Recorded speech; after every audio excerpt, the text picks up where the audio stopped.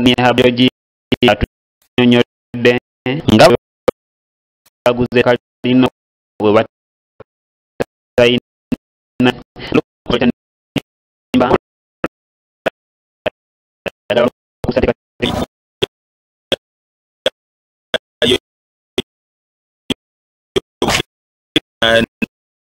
kuva mu tumanyi ekitole kiza omuntu yenna okukola monde ddala nga tobazi kubanga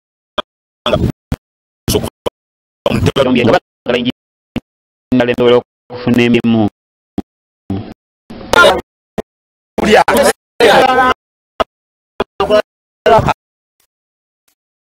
avuka tulibola bagala babbe abali mu limasha kola ngazi yasero njoji bali kutula mono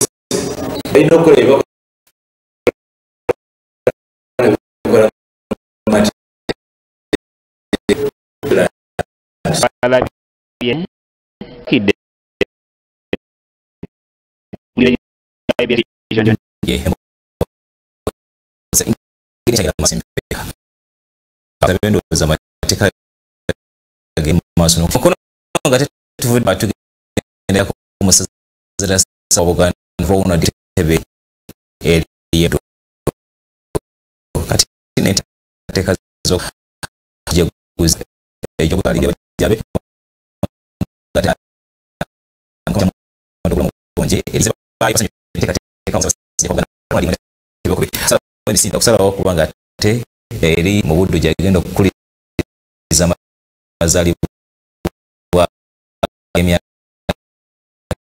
okulembeza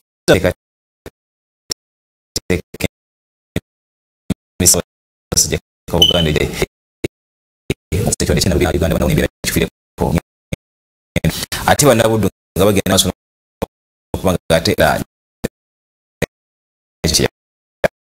akoze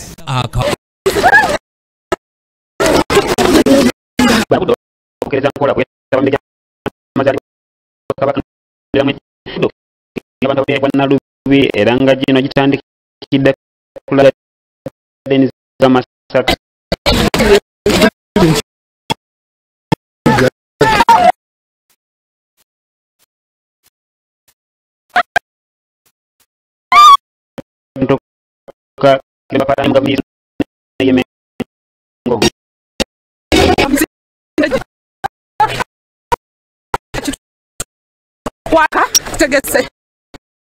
wana bakulembeze nga tebetemyemu owozeko nalibwayo ekibakisa kulembera kuyamba abalina okulaba nalwi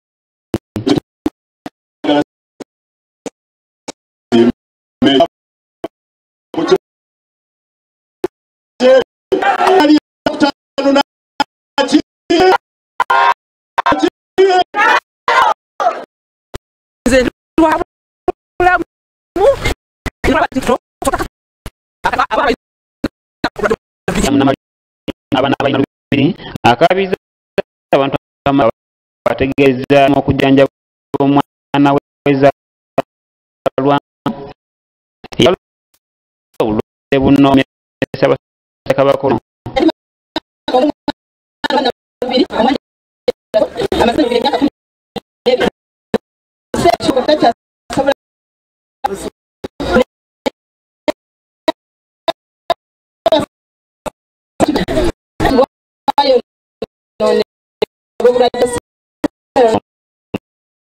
mwali buddu pokenti mai ongero kuno eruka kati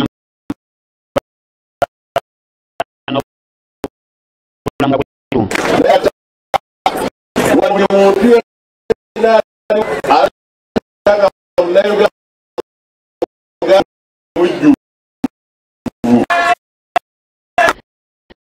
ate mwemengo ategeeza no alikizibu manyi era ina okutukira mu ngabulwanyiswa bangi balowooza wazaalu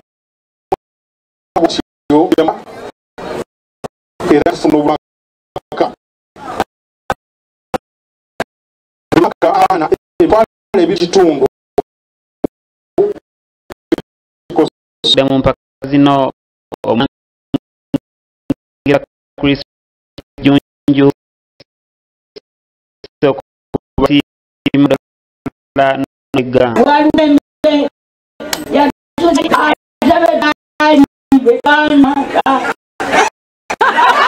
senti bamulanga kisempijja misa bya bulimya kawuda abantu bonna okwaniriza empologoma ku Lwokutaano lwa Ssabbiiti ejja era bw'atyo n'ategeeza ng'emisinde gino bwe gigguddewo ebikujjuko mu ssaza lino ery'e Buddu. Abantu mwenna abakalungu, abantu mwenna abamasaka mujje twaniriza omukulu Ssaabasajja Kabaka ng'ayingira essaza erya Buddu tumwanirize Lukaya. Kyewalyanga Richard yakusakidde eggulire lino ku lwa ABS Television. Kale kuleka yate Kyewalyanga Richard anembooze mu ssaza lya Ssaabasajja Kabaka ery'e Buddu olunaku Lwakutaano aye tugende tubogeriza omutanda nga tumusanyukirako olw'enjogera egamba tugiraba ku WhatsApp ne social media mbutovimba nga tewasala lwera ebyo tubiraba kuli naye ndowooza ffenna tugende twaniriza omutanda n'abaagaliza Obwakabaka bwa Buganda ebirungi nokola ate nga Buganda edda ku ntikko ffenna tubeeyo tugendagendako mu lugero lwaffe olunaku olwaleero ate tukomewo n'ekitundu kyaffe ekyakigudde wani nga kiba tusiba kuba naffe aba Byansi Herbal Research Center atuvaawo tukomewo. Luno lwe lugero lwaffe olwaleero.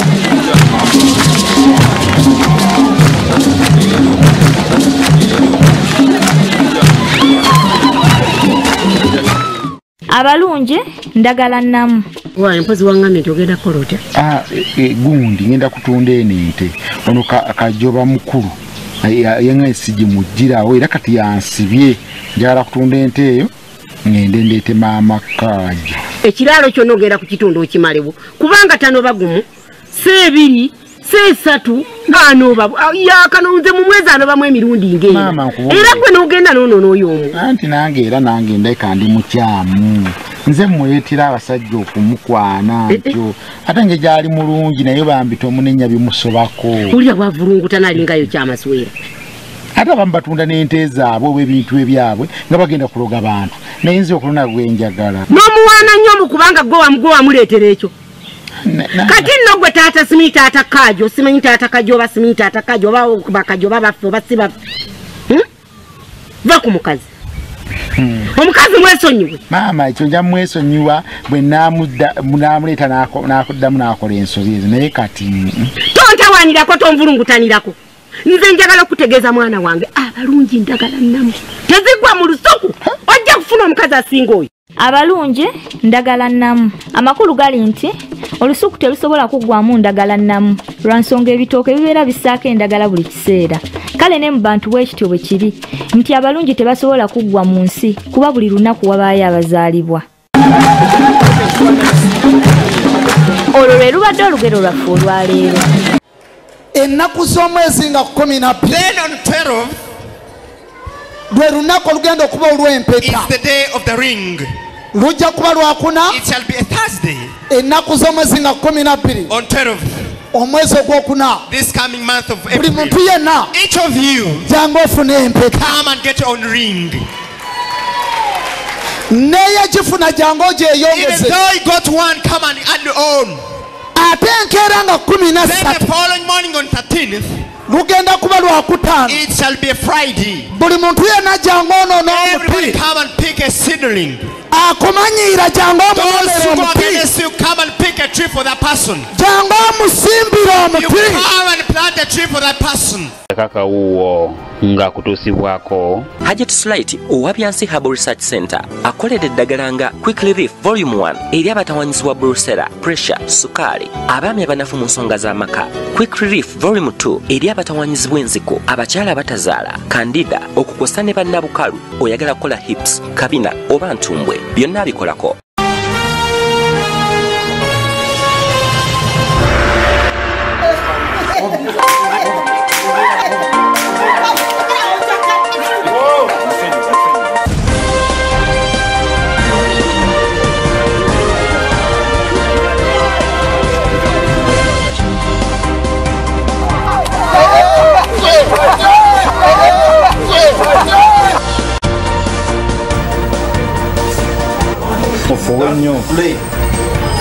Hello.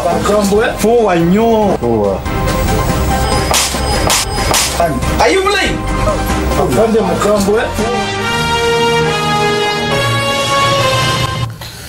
Fande mukambwe sawa ya kasate sawa ya mwaliga fe agachigudde wani nga watiswa kwa nafe ababyansi Herbal Research Center wali ekibuye abamugamba nti atendwa dizenyo lisagina masono okupanga atezenta abanyamulemu omubiri gunafuye nti abitabivaako dda kwenda betaaze kuba kwesimu ezitya ku screen yafe wansi oberenga tofuna ekyenjawulo abajjanjabi bangi naye ate ab'enjawulo be batono ennyo abakola ekisinga n'ekiyokwate kuba naffe ababyansi Herbal Research Center. Tugenda mu kitundu kyaffe ekyakigudde wani nga tukutembeetera ensonga ngate bwe zitambudde birungi si birungi ng'eyagenza okusakata nadda mu disitulikiti y'e Masaka bono baguddemu ekiyongobero oluvannyuma lw'omusajja mukulu amanyitwa nga Miro Edward atemera mu gy'obukulu 62 ono yasangiddwa nga yeesitaddemu essuuka n'eyimbamu ogwakabugo kakanana ate nga akkiridde ezzangwa. Katulabe emboozi eyo. Gyako Akawuuwo omusuubuzi ow'erinnya Masaka y'emimugwa Kabugu n'ejja mu bulamu bw'ensi eno obunyumira abangi era ng'ensonga ezimu bujja mu budde tezinaba kutegeerekeka. Miro Edward abadde atemera mu gy'obukulu 62 yakedde nga mulamu bulungi era nga talinako kamogo wadde ekimusumbuwa yadde ng'ono amaze na kunywa caayi n'ab'omu maka ge era bw'alabye nga abasinga babuuse olwo naye ne yeetuga essuuka mu bulago ng'omu ku b'omu maka gano asanze yeezingiriza mu bulago ng'ataawa. Abadde yesibyemu ekigoyi eno gikisembere eno neffe tumusitulidde abadde alebedde ng'ata alabika nga tanaba kufa nga tanaba kalambala. Oluvannyuma badduukirize bamusanze ng'akyalimu obulamu era ne bagezaako okumutaasa obulamu bwe okumuddusa mu ddwaliro ery'okumpi wabula banonno babadde basiransana ku mazzi anti wayisa akaseera katono nnyo nasso gw'enkomerero.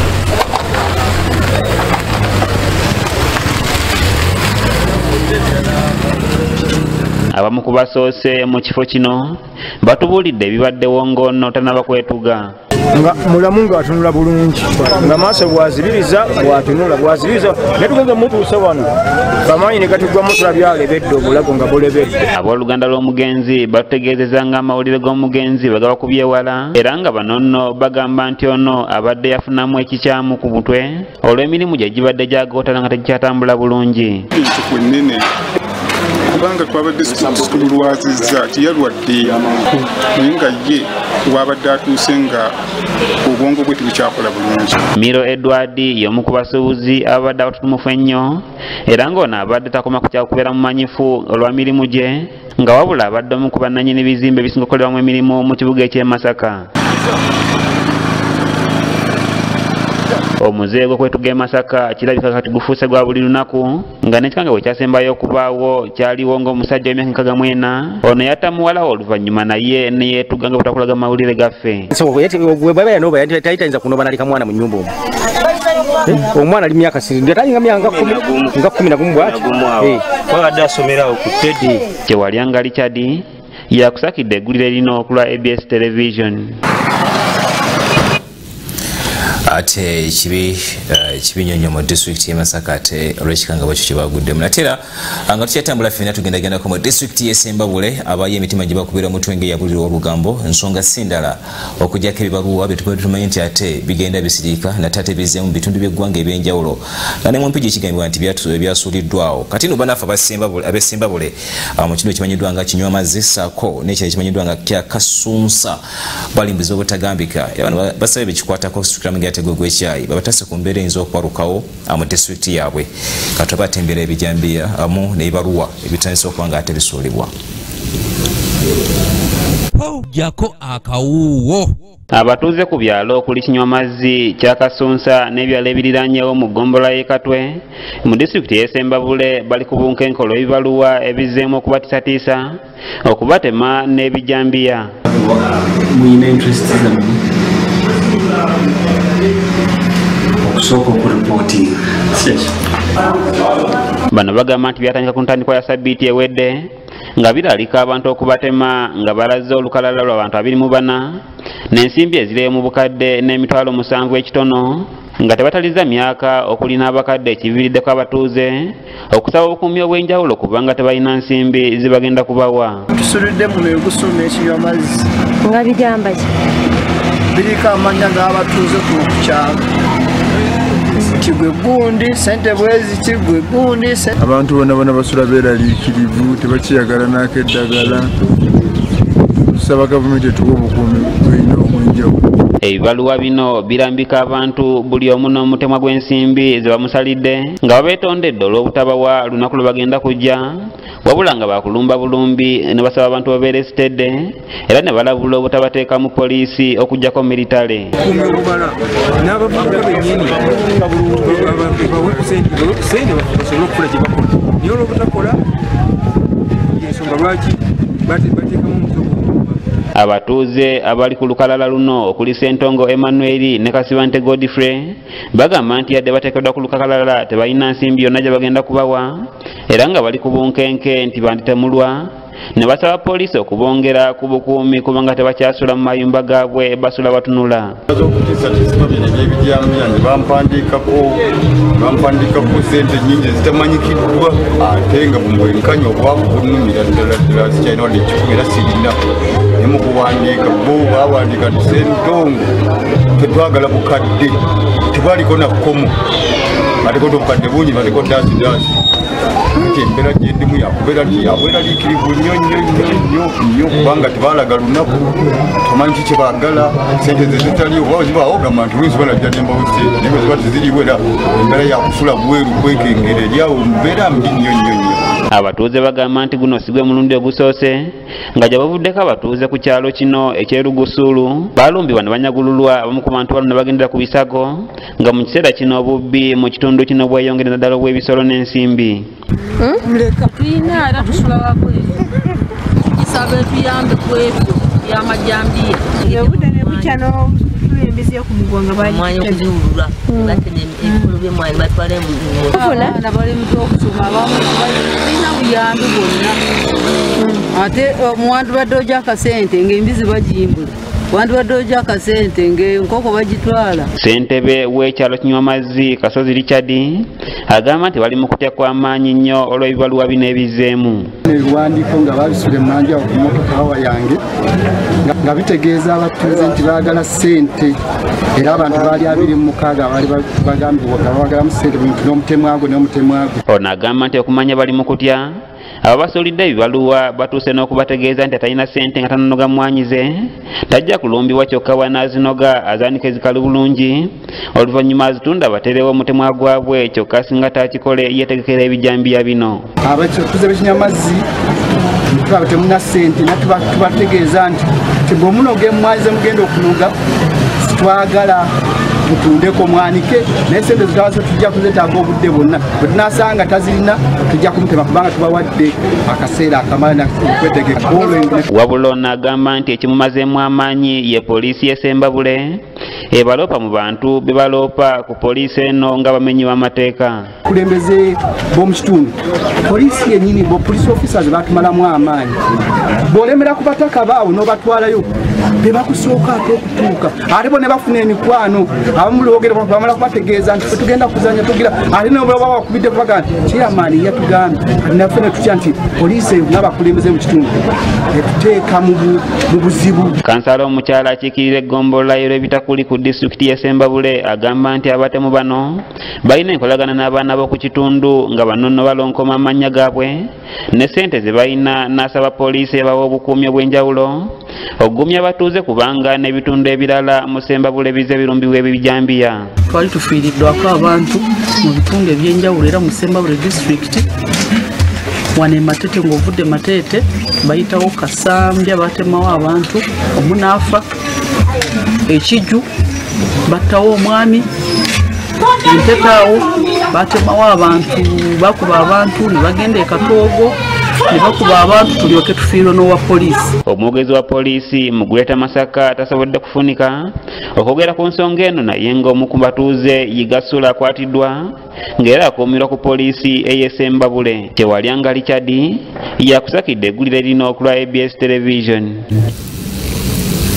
Ebyo biri Sembabule byanaku naye ate oyinza okugamba byewuunyisa ate twekeddwa kubireka bbali ndowooza abakulembeze ku nsonga eno twandiyimisa naddala abakwataganya ku nsonga ez'ebyokwerinda era ndowooza omuduumizi wa poliisi omujja Martin Okotho Kyola kuno kugezebwa kwa wamaanyi ennyo omuntu wawandiikira ekibaluwa nti atanaba kuwanika muwanyi atalinawo sente noge mwanyi ozanike bwe zinaakala ate otugambe ate ne bakituukiriza ndowooza ensonga eyo sintini abakulembeze tuveeyo ogwaffe nga ABS tugukoze okutuusa ku bikiifa munda mu ggwanga lya Uganda. Ekyatambula tugenda ku wali ate erugazi mu katale akamenyerwa nga Lugazi Central Market. Nno abasuubuzi baayo bali mu tulotoma nga Sseggwanga ennyodde amazzi amanabemu ku kyalo kwekuridde ensonga si ndala baagala kubanga ate babasengula okubajja mu katale ke balimu ate okubateeka mu katale akalala bo ne kibagamba nti akatale ako kajuddemu bakifeesi era tebajja genda mu maaso nateekateekayo okubanga bagenda mu maaso n'okubeera mu katale ako katulaba ate biva mu bitundu bya Lugazi. Gyako Akawuuwo. Abasuubuzi abakolera mu katale ka Lugazi Central Market mu kibuga Lugazi mu disitulikiti y'e Buyikwe bakombye kwerima ne beerayirira obutegatta ku bakolera mu katale k'omu Kinyolo kubanga bagamba nti wajjudde bakifeesi. Okuva we tuli ne bolanga batola mu Kinyolo awo nedda katubeere mu mbeera yaffe embi paka bana bakubye olukiiko mu katale batabukidde abakulembeze baabwe bakatale okwekkiriranya n'abakulembeze okuva ku munisipalite olwo ne bekkiriranya okubagatta ku b'omu katale k'omu Kinyolo nga tebabeebuuzizzaako. Olwetaaga mabegana nnyo ng'ensonga tenatuukanawo nga n'ekiro tebanatandika mumenya. Omukulembeze gwe twalonda ogenda okukiika ku tawuni kanso nze mbadde nsuubira nti miitingi obanga ya Monday kuba okusatu tuza meeting lwaki oba otuula bwe n'otuula n'osirika nga n'ensonga ogimanyi ekyo kyekintu ekiruma abantu bonna abali wano. Mu lukiiko luno mwetabiddwamu bakansala baabwe okuli Mugoya Fred abakiikirira ku lukiiko lwa munisipalite abannyonnyodde nga bwe yawakanya mu kanso ekiteeso ky'okutwala abasuubuzi ba Central Market mu Kinyolo naye n'asingibwa amaanyi nga tebamuwuliriza. Oddira ate byaffe tetumazeemu ebbanga lwabagala okubitwala batufunire we tugenda batutegekerewo twabasaba ebintu bisatu era nze nabisaba mutufunire feesi mututeerewo amazzi mututeerewo amasanyalaze ebyobuddayo tujja kwekolako tujja kwefaako. Ono avumiridde engabanya y'emidaala mu katale ng'abakulembeze nga bakansala ba munisipalite wamu n'abakulembeze b'akatale beegabira emidaala mingi ekigenda okuleetera abalala obutafuna midaala. Kanso esoma bajeti yaayo 2017-2018 n'egamba ntuyisiza miliyoni 7 ezo zibadde okukwatako baziba Kinyolo. Bano babaddewo katemba batuuse okubaganya ebirowoozo omu ku basuubuzi baweereddwa akazindaalo n'ategeeza abasuubuzi banno okugenda mu katale k'Ekinyolo kye bawakanyiza era ono ne bamulemesa okwogera. Naye ng'ekigambo kyafulumye nga kigamba nkiddamu kyenjogedde siwubisibbwa nga kigamba nti twasazeewo oluvannyuma lw'okukkiriziganya nti abasuubuzi ba Central Market batwalibwe mu Kinyolo. Kyokka ssentebe w'abasuubuzi mu katale kano Aisha Kiwanuka asambaza ebyogerwako nti bakkiriziganya okutwala abasuubuzi mu Kinyolo era n'ategeeza nti kubasiba ku matugambuzi okubaliisa engo. N'Ekinyolo fene tugamba tetwagala ki era twafaayo kasiwangaali nga tumaze okyogera ne mwami Mbeya mwennyini n'agamba kaŋŋende n'abantu bange twogereganye n'abantu bano abali wano era tujja kuddamu tukole ki tubayite nze mukudda wano be nasobola ogamba nabagamba tujja genda naye tebatulwadudde buki budde. Yesekamwa wa Lugazi Central Division Mutazindwa Abdul alumiriza kanso ya municipality okakaatika abantu okugenda mu Kinyolo era n'abasaba okubeera obumu balwanyisa ensonga eno.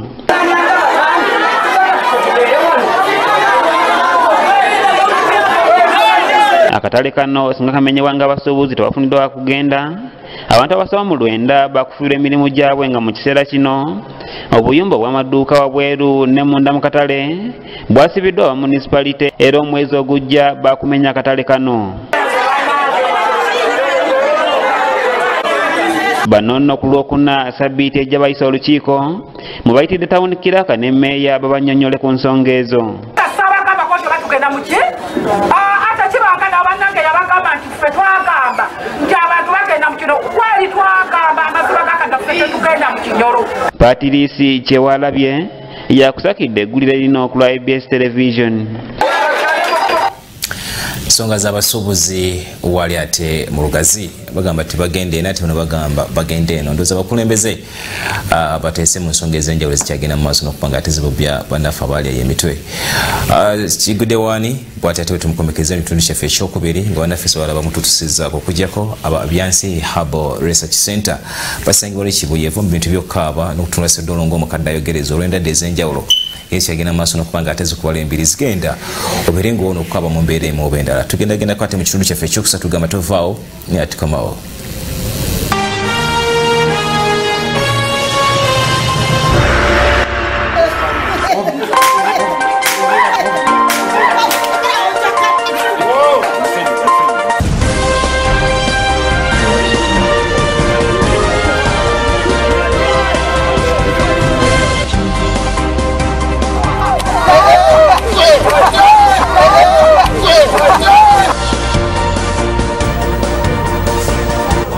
Fuwa nnyo. Alo. Fuwa nnyo. Fuwa. Are you playing? Afande Mukambwe. Ennaku z'omwezi nga 12 Then on 12 lwe lunaku olugenda okuba olw'empeta. is the day of the ring. Lujja kuba Lwakuna. It shall be a Thursday. Ennaku z'omwezi nga 12 on 12 omwezi ogwokuna. This coming month of Buli April. muntu yenna. Each of you jangu ofune empeta. come and get your own ring. Neyagifuna jangu Even ogyeyongeze. though you got one, come and add your own. Ate enkeera nga 13 Then the following morning on 13th, lugenda kuba Lwakutaano. it shall be a Friday. Buli muntu yenna jangu ono Everybody n'omuti. come and pick a seedling. Akumanyiira jangu Those omulondera who go omuti. against you, come and pick a tree for that person. Jangu omusimbira You omuti. come and plant a tree for that person.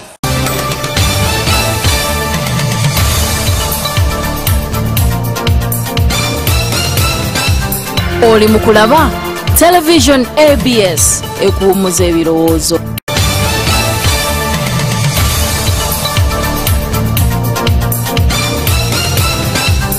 Oli mukulaba Television ABS ekuwummuza ebirowoozo. Akawuuwo. Ekikolwa Parliament luno olwa defense luyina ebizibu byayo n'engeri y'abalukulembera ndowooza engeri abamu gye bava mu poliisi oyinza obasonyiwa ono w'Erubaga South Katolu Bwama ndowooza baleeta Kiwulenge. Gyako Akawuuwo. Mwanga Kivumbi alina obulwadde ku mutwe obwa livism obwamaalo obutamuggwamu engeri gyakuwira mu zisiraamu z'ekawempe eri ng'ayambala ndaweya double color n'ayambala socks double color ate n'engeri gyabeera ebiseera ebisuso bingi nga bannakiyombekedde bamuwasa nnyo gamba omutwe ne gwonooneka kati simwewuunya kuba nti ayogera ebigambo ng'ebyekipumbaavu. Gyako Akawuuwo. Afujja wano nga tulwanirira eddembe ly'obuntu ate gwe n'obaako kyoyogera eno CCA sibya akatemba Gyako Akawuuwo ate nze nwana naye nze nkuba mukube nze sirwana naye nkuba mukube kuba bukubi ngaya mugaye sina kye nwana naye Gyako Akawuuwo baleeta Kiwulenge ono Werubaga South Gyako Akawuuwo Parliament yonna yamweta mwadda era nze okubaako ne mubogolerako kyayambye nnyo okumuteeka ku level waaja naye ng'amaaro n'obugwagwa n'obutooletoole bumukutte mu bwongo bwe buti kata